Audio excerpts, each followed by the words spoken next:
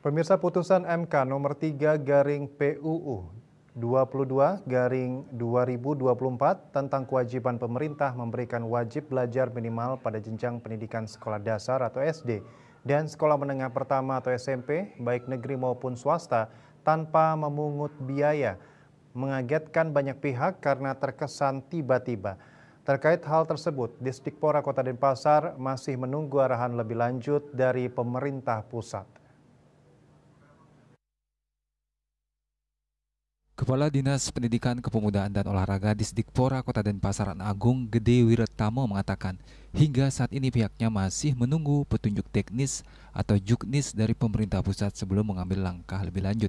Menurutnya di Kota Denpasar terdapat 88 SD swasta dan 7 SMP swasta atau sekitar 159 SD dan SMP swasta. Ia menambahkan kebijakan pendidikan gratis di sekolah negeri telah berjalan di Kota Denpasar. Namun untuk sekolah swasta masih harus menunggu arahan pusat. Pihaknya tidak berani langsung memutuskan tanpa adanya arahan dan juknis yang pasti. Kita tunggu SOP nanti dari Kemdikbudmen seperti apa. Sehingga kita nggak bisa bilang apa, tapi kita udah siap-siap aja. Kita sudah mendata jumlah siswa di SD, di SMP.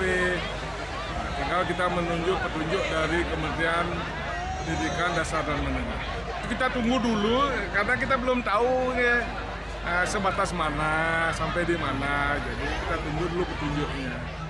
Ya.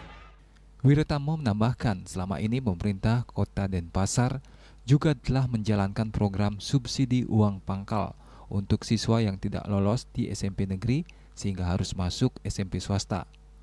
Ditanya terkait alokasi anggaran untuk sekolah gratis sesuai putusan MK, pihaknya menegaskan masih menunggu regulasi apakah akan dibebankan ke APBD atau akan ditanggung pemerintah pusat.